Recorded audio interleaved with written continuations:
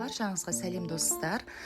Бүгін сіздермен небәрі 40 минутта дайын болатын өте дәмді кешкі астың рецептімен бөлісемін. Видеоны міндетті түрде соңына дейін көріңіздер және лүпіл басып, каналға тіркеліп, қолдап отыруды ұмытпаңыздар. Алдымен қазанымызды қыздырып, 100-150 граммдай сұйық майымызды құйып, тауығымызды салып, су тартылғанша қуырып аламыз. Менде бүтін бір тауықтың еті.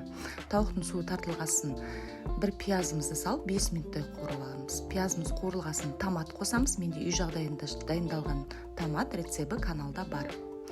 Томатты 5 минуттай қуырғасын дәмдеуіш қосамыз. Менде вегетта дәмдеуші және де татымына қарай тұз, қара бұрыш қосып, тағы 5 минуттай қуырып алғасын 150 граммдай суымызды құямыз да қақпағын жауып 10 минуттай бұқтырамыз.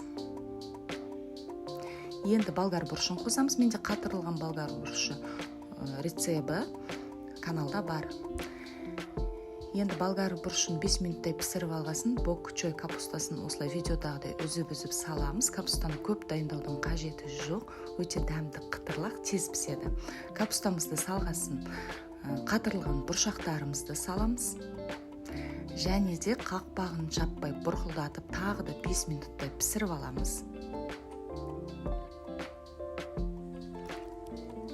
Енді соңғы кезекте қазанның астын өшіріп, майда туралған укроппен сарымсағымызды қосып, араластырып, қақпағын жауып, 10 минутқа қалдырамыз. Осымен біздің кешкі асымыз дайын, өте дәмді, міндетті түрде жасап көріңіздер. Рецепт көңілдеріңізден шықты деп сенемін.